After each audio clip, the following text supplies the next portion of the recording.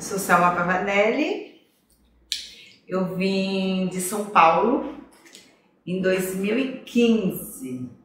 Eu sou palhaça, atriz, produtora. Como é que você começou a carreira artística? Eu comecei essa minha vida na arte assim, uns 17 anos. Eu trabalhava no escritório de contabilidade e tinha um contador que era palhaço. Aí eu fiquei assim, gente, palhaço? Como assim palhaço? O que palhaço faz? Onde palhaço vive? Do que comem? Né? Aí ele me convidou para assistir uma apresentação dele e foi numa casa, né? Foi num aniversário. E eu fiquei impressionada, emocionada de quando, antes dele entrar em cena, como estavam as pessoas, os convidados, né, todo mundo lá na sua conversando. Quando ele entra, ele muda o ambiente, ele muda o olhar das pessoas. Então, assim, quando eu vi aquela transformação que ele causou, quando ele entrou e durante 1 hora que ele ficou lá fazendo a apresentação dele, e quando ele saiu, essa atmosfera continuou. Eu falei, cara, é isso que eu quero fazer na minha vida. Mudar, transformar e contagiar. Aí assim que eu vi essa apresentação desse palhaço, eu comecei a trabalhar com ele, né? Primeiro fazendo assistência para ele e logo em seguida, num dia que a parceira dele ficou doente, falou, você vai fazer a minha parceira, tal, a minha dupla. Aí eu comecei a fazer dupla, eu assisti você 2 vezes, não consigo. Não, você vai, a gente marca aqui, você vai fazendo uma maquiagem, olha no espelho, vê um nome, o primeiro nome que vier na sua cabeça vai ser o teu nome de palhaço. De palhaça. Aí eu me maquiando lá, sorte que eu tinha uma mão firme, né? Fiz uma maquiagem mais ou menos. Na hora que eu olhei no espelho, me veio o nome Tinim. Aí eu falei, eu vou colocar esse nome, depois eu mudo. Nunca mais mudei, não consegui mudar nunca mais. Foi o primeiro que veio. Então eu fiz essa apresentação e foi assim algo que me encantou demais, assim. Falei, nossa, é isso mesmo que eu quero. Aí depois dessa apresentação a gente começou, o meu irmão também começou a fazer, né, o palhaço junto comigo, e a gente foi em busca de escolas, né, onde é que a gente vai aprender, onde é que a gente vai se aperfeiçoar, onde é que a gente vai se especializar. Aí em São Paulo estava nascendo ainda as oficinas culturais, onde davam cursos gratuitos, né, então a fila para fazer esses cursos eram gigantescas, assim, dobrava os quarteirões, assim. Então a gente foi lá, pegamos essa fila, fizemos inscrição, começamos, o primeiro curso que a gente fez foi bem rápido, acho que durou 1 mês, foi com os Parlapatões, que depois foi substituído pelo Nau de Ícaros, até chegar a família Medeiros, que é uma família tradicional de circo, que começou a fazer uma oficina livre de circo, onde ensinava perna de pau, malabares, pirofagia, acrobacia de solo, aéreos. Então toda uma gama assim, de técnica circense que encantava e era muita gente fazendo. Mas o meu interesse muito era palhaçaria, né? A gente ficava, ô, seu Marcos, ensina palhaço. E ainda era uma coisa que não tinha muito palhaça. Então ele, não tem palhaça, tem clownete, que é assistente do palhaço. Aí eu falei, não quero ser clownete não, quero ser palhaço. E eu usava o termo palhaço mesmo, porque existiam poucas palhaças, né? Pelo menos na minha referência e no meu conhecimento. Que mais tarde eu sei que tem palhaças com muito mais tempo do que eu até, né? Tem palhaças aí que fazem mais de 40 anos. E ele começou a ensinar os meninos, eu ficava meio de fora, vendo como é que ele ensinava, e final de semana eu ia com meu irmão e a gente fazia uma dupla. Às vezes eu fazia escada, às vezes ele fazia escada, a gente revezava conforme o nosso humor. Então quem estava mais elétrico fazia o excêntrico. Então a gente começou um pouco assim, Só que depois de um tempo, né, o seu Marcos entendendo que, imagina, a minha vontade, a vontade de outras meninas que faziam a oficina, também era todo mundo fazendo palhaços e palhaças. Então começou assim o meu lado mais na palhaçaria mesmo. Então assim, é o meu mestre Marcos Medeiros que me iniciou nessa palhaçaria aí, nessa vida que até hoje estou aqui e sempre se aperfeiçoando, porque a gente não é, né? A gente está sempre aprendendo, sempre evoluindo. O circo foi a minha primeira paixão, o palhaço foi minha primeira paixão. A minha segunda paixão foi o teatro de rua, que aí também na oficina cultural, que é a Márcio Mazzaropi, que é onde eu comecei a fazer as técnicas circense, também comecei a fazer teatro de rua. Então meu primeiro mestre no teatro de rua, Amir Haddad, ele deu uma oficina, né, na oficina Mazzaropi, onde eu fiz parte mais de 30 anos atrás e falei assim, nossa, é isso que eu quero, teatro de rua, né? E vendo alguns outros artistas, né, circense, então a gente conseguiu juntar o circo e o teatro de rua, que eram duas paixões assim muito grandes, com essa oficina da Amir Haddad, né? Ele mostrou pra gente o que é possível a gente fazer na rua o que a gente quiser, né, da forma que a gente quiser. Ele tem uma frase que ele usou muitos anos depois, que serviu, que eu pensando aqui, serve no começo dessa trajetória, que é como se a gente fosse né, a nossa arte é uma água que fica dentro de um balde. O teatro de rua e o circo é isso, a gente joga essa água no espaço que a gente está apresentando e transforma e alcança onde a gente quer alcançar. O meu começo foi também, eu acho que eu nunca comecei, eu sempre estive na rua, porque toda a minha infância foi fazendo brincadeiras infantis, brincadeiras de roda, e brincadeiras de roda é sempre muita representação, né? É sempre muito dramatização, então assim, acho que eu nunca me senti começando, parece que sempre foi uma continuidade. Um certo tempo eu parei, e quando eu descobri o teatro de rua, foi quase que um reencontro com essa criança que brincava na rua, que tinha essas brincadeiras infantis, dramatizadas. E agora eu vou falar da minha terceira paixão, que é o teatro político, que também na rua, fazer circo, teatro de rua, e ainda com tema político. Aí fechou a minha paixão, que é falar o que a gente quer, para quem a gente quer. Ah, fico emocionada. Ai, né? Emocionei. Teatro político que possibilita a gente falar o que a gente quer, como a gente quer, né? E com as pessoas que a gente quer nessa caminhada. Vamos voltar lá na família Medeiros. Quem é a família Medeiros, além do seu Marcos? A família Medeiros é uma família de circo tradicional, que era o seu Marcos Medeiros, a dona Alicinha Medeiros, e tinha as duas filhas, que era a Lu e a Li. E a Mércia Medeiros com seu filho também, que eu não vou lembrar o nome. Então eles foram no Mazzaropi para ministrar essa oficina de circo, né, que era mais tradicional, jogar um malabares mais tradicional, o palhaço tradicional. Então, assim, para mim foi de muita importância, né, fazer essa oficina com eles, que com o passar do tempo eles começaram a me ensinar como ensinar, que são duas coisas diferentes, você saber e você saber ensinar.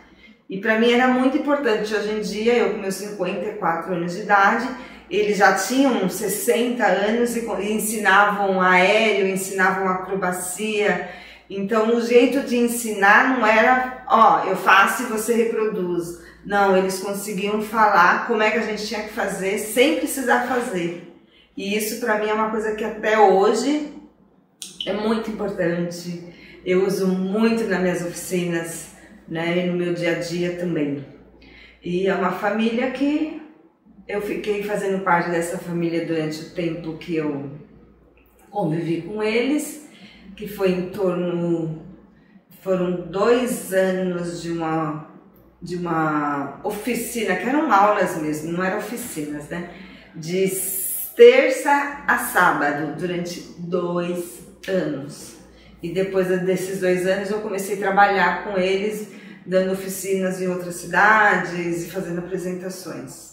E para mim, assim, depois dessa experiência eu fiz eventos durante 30 anos, né? A gente chega, ou empresa, ou festa de aniversário, a gente tinha 1 hora de apresentação, né? Que eram números que a gente fazia sketch circense, e durante 1 hora, ok, e embora. Quando eu comecei a fazer teatro de rua, já havia alguns grupos circense. Quando eu assisti, né, eu já fazia com meu irmão, o Marcos Pavanelli, que é o palhaço Orelhinha, a gente se olhou e falou, nossa, é exatamente o que a gente faz. A gente já faz isso, só que para um grupo fechado de pessoas.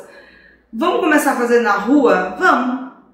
Quando a gente foi para a rua, a gente fez as mesmas reprises, as mesmas coisas. Eu falei, cara, a gente faz teatro de rua, né? Vamos buscar agora a técnica, vamos nos aperfeiçoar. Foi quando a gente buscou o teatro de rua, onde a gente começou a utilizar todas as nossas técnicas, né? Que a gente sabia, aquela malabares, perna de pau, pirofagia, com o teatro de rua. Então a gente fez essa junção. Teatro de rua e circo. Com isso a gente fez nesse experimento, como nós éramos os Pavanellis, a gente fez a Companhia Pavanelli, né? Aí a gente começou a chamar outras pessoas para ensaiar com a gente, porque um dos principais objetivos é poder treinar, poder ensaiar e aperfeiçoar, né, as técnicas a gente já tinha, e trazendo outras pessoas para que a gente também adquirisse outras técnicas e trocasse, né, o que a gente sabia com o que eles sabiam. Então a gente criou um grupo mais de treinamento e a gente acabou virando uma companhia que fazia eventos, que fazia shows, e onde a gente montou o nosso primeiro espetáculo de teatro de rua e circo, que foi o básico do circo, né, que até hoje acho que a Cia Pavanelli depois virou um núcleo Pavanelli, que esse espetáculo acaba sendo um processo de formação das pessoas que entram nesse núcleo Pavanelli. Então tiveram várias montagens com várias pessoas diferentes do básico do circo. Aí em 2015, saindo de São Paulo, eu vim parar aqui em Porto Velho. E fazia uns 10 anos que a minha palhaça ficou dentro da mala. Então quando eu vim para Porto Velho, eu vim com a minha palhaça dentro da mala. E assim que eu cheguei, na semana que eu cheguei, a gente abriu essa mala. A gente abriu de novo esse universo do circo e da palhaçaria. E a gente montou aqui, né, um grupo que a gente já tinha, que já estava também dentro da mala, que é o Teatro Ruante, que ele nasceu em 2004, em São Paulo, que era eu, Adailton Alves e o Paulo Dantas. Lá a gente já tinha feito algumas apresentações, participamos de alguns projetos, virada cultural, mas aí a gente acabou deixando eles lá porque eu fui fazer parte de um outro coletivo que não tinha, né, o circo, as técnicas circense. Então, quando a gente veio em 2015 para Porto Velho, foi a primeira coisa que a gente falou assim, vamos voltar com um palhaço, né? Então ele ressurgiu com uma força, foi quase um colete salva-vidas, assim, agora o que vamos fazer? Então acho que o palhaço, né, a gente abraçou o palhaço abraçou a gente, e ele nasceu e ressurgiu de novo o Teatro Ruante. E o nosso primeiro espetáculo aqui em Porto Velho foi Que Palhaçada é essa aqui? Aí nesse momento ele virou um grupo familiar, que foi formado por mim, Adailton Alves e Bruna Alves Pavanelli, que é a nossa filha.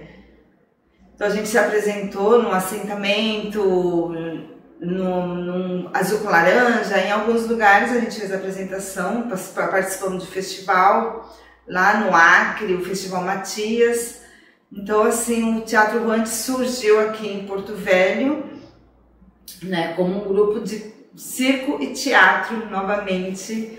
Foi esse reencontro com essa paixão que é a palhaçaria. Depois, o que mais o Ruante fez? Então, aí depois, né, desse primeiro... Foi meses, né, a gente decidimos, né, trazer mais pessoas aqui para o grupo, né? Então a gente aí entrou na companhia o Bruno Selleri e logo em seguida a Jamile Soares, porque a gente estava montando o espetáculo Era Uma Vez João e Maria, e ainda é, que era a segunda montagem do espetáculo, que a primeira foi em São Paulo, a gente fez 3 apresentações ou 4, aí logo em seguida a gente veio para cá. E a gente é um espetáculo muito potente, né? Do jeito que a gente gosta, né? Um político, claro. E a gente convidou essas 2 pessoas para fazer parte do espetáculo, né? Era Uma Vez João e Maria, e ainda é. Então o grupo hoje, nesse momento, era eu, Adailton Alves, Bruno Selleri e Jamile Soares.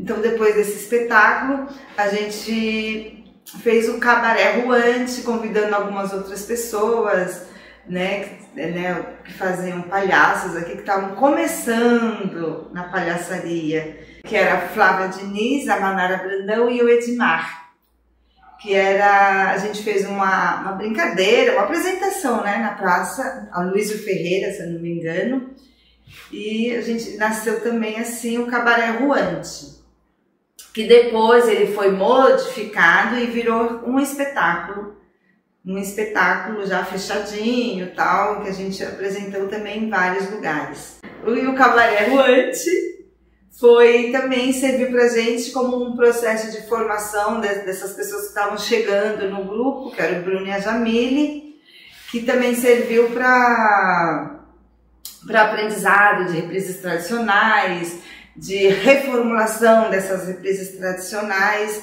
Então aí esse espetáculo ficou com a nossa cara, né, claro, com a cara das pessoas que estavam chegando, e está sempre em processo de formação, né, com a entrada da Stephanie Matos e do Michael Moura também, o espetáculo acaba sendo modificado, né, com novas reprises que eles, né, proposto por eles mesmos. Então é um processo que está um espetáculo que está sempre em transformação, né? Leva o nome, leva a estrutura, mas sempre tem algumas reprises que vão se transformando, vem trazendo uma, cai fora uma, entra outra, é um processo sempre vivo, assim, sempre em transformação. O Teatro Ruante, além de seus espetáculos, que são Que Palhaçada é Essa Aqui, Era Uma Vez João e Maria, e ainda é o Cabaré Ruante. E em 2018, o Teatro Ruante foi contemplado com o Prêmio Sesc de Incentivo às Artes Cênicas, onde a gente montou o espetáculo A Muito Lamentável e Cruel História de Píramo e Tisbe, né? Um recurso que foi a primeira vez que a gente ganhou um recurso aqui em Porto Velho para montar um espetáculo e fazer uma circulação de 10 dias. Assim, então, assim, e sempre é muito evidente a importância de políticas públicas, seja privada ou particular, né? Ou seja privada ou pública, né? Para a estruturação mesmo de um grupo, né? Ou seja de teatro, seja de dança, seja de música. Com esse prêmio, a gente conseguiu montar um espetáculo, né? Que está ainda circulando por aí. A gente foi apresentar em Belém, a gente já foi apresentar no Acre, né? Apesar de que João e Maria, que foi totalmente produzido por nós mesmos, também que tem um figurino, cenário pensado do jeito que a gente queria fazer, que também circulou para o Rio de Janeiro, foi em outros estados. Mas assim, quando é um patrocínio, um apoio público ou seja privado, né? Isso faz uma grande diferença. Faz uma grande diferença, que pelo menos por aquele período de montagem a gente consegue se dedicar exclusivamente àquilo, com tranquilidade, Além das apresentações, o Teatro Ruante também tem um foco muito grande na formação, principalmente na palhaçaria, né? Então, sempre que possível, a gente ministra cursos de palhaçaria, curso de circo. A gente chegou a abrir a Casa Ruante, onde tinha mais facilidade, né, de dar essas oficinas, que infelizmente com a pandemia a gente teve que fechar. E também a gente participa de festivais. A gente realizava um sarau na Casa Ruante, que pessoas, né, participavam, poetas, artistas ou amadores da arte que vinham com a gente nesse dia e apresentavam seu trabalho, uma música, um poema, uma dança. Então, assim, a gente também era um ponto que agregava essas pessoas que queriam mostrar a sua arte. Então, quando a gente fechou a Casa Ruante, né, devido à pandemia, a gente começou a fazer algumas brincadeiras mesmo na internet, tipo Ruante na pandemia. Então a gente, de casa mesmo, a gente conseguiu manter o nosso trabalho de palhaçaria, fez algumas coisas, até chegar a Lei Aldir Blanc, que foi um socorro, assim, um socorro para todos os artistas do Brasil inteiro, que foi uma luta de todos os artistas junto ao poder público para conseguir efetivar essa lei, né? Tiveram 2 edições da Aldir Blanc. Então, na primeira, a gente conseguiu realizar o primeiro festival Palhaçaí, que foi todo virtual, porque era uma exigência, e também não tinha condições, né? A gente estava em plena pandemia para fazer algo presencial. Então a gente fez o festival de individualidades do grupo também, né? Surgiu com muita potência. Então, alguns projetos individuais foram abraçados pelo grupo, que foi o Grito do Cotidiano, que a Stephanie Matos encabeçou, o Cena Negra, que a Gemile Soares encabeçou. Então a gente conseguiu, além de fazer os projetos coletivos, tiveram alguns projetos individuais que todo mundo do grupo abraçou para realizar. Todo virtual, que foi também um respiro que a gente teve. E assim, no começo da pandemia, a gente tinha acabado de ser contemplado pela segunda vez com um projeto com o prêmio de incentivo ao circo da Funarte, que foi em 2019. Então a gente ia fazer uma caravana, né, que a gente ia passar por 5 cidades, ia fazer uma oficina, que é a Oficina Palhaçaí, onde a gente ia fazer alguns números e essas pessoas iriam participar do cabaré Ruante no final, participando com números de palhaço, ou números que eles já tivessem, né, ou números que a gente fosse criar durante essas oficinas. Então a gente conseguiu ir para Cacoal, que foi maravilhoso. A gente fez uma oficina incrível, uma apresentação incrível, e quando a gente já estava indo na nossa segunda apresentação, que seria a Acre, veio a pandemia. Aí a gente teve que fazer a gente conseguiu fazer todo o projeto de forma virtual, que foram as outras cidades de Paraná, Vilhena, aí a gente conseguiu, de Paraná, Vilhena, Porto Velho, de Paraná, Vilhena, Porto Velho, né? Então a gente conseguiu realizar o restante do projeto de forma virtual. Aí a pandemia foi, né, avançando, a gente conseguiu realizar alguns outros projetos, mas em casa, cada palhaço na sua casa, fazendo... Aí a gente começou a desenvolver a Quarentena Ruante, que eram cenas dos nossos palhaços durante a quarentena, e até chegar a Lei Aldir Blanc. Então, assim, desde quando o Teatro Ruante chegou aqui em 2015, são 8 anos. Né? Durante esses 8 anos, A gente tem os espetáculos Que Palhaçada é Essa Aqui? Era uma vez João e Maria e ainda é. O Cabaré Ruante, um show de palhaçada. A muito lamentável e cruel história de Piramitisbe. Histórias de contar. Então, além de ser um grupo com esse repertório, temos também algumas cênicas, algumas performances, né? Nessa trajetória temos algumas performances, processos de formação de circo, de técnica circense, perna de pau, malabares, palhaçaria, os saraus que a gente realizou na Casa Ruante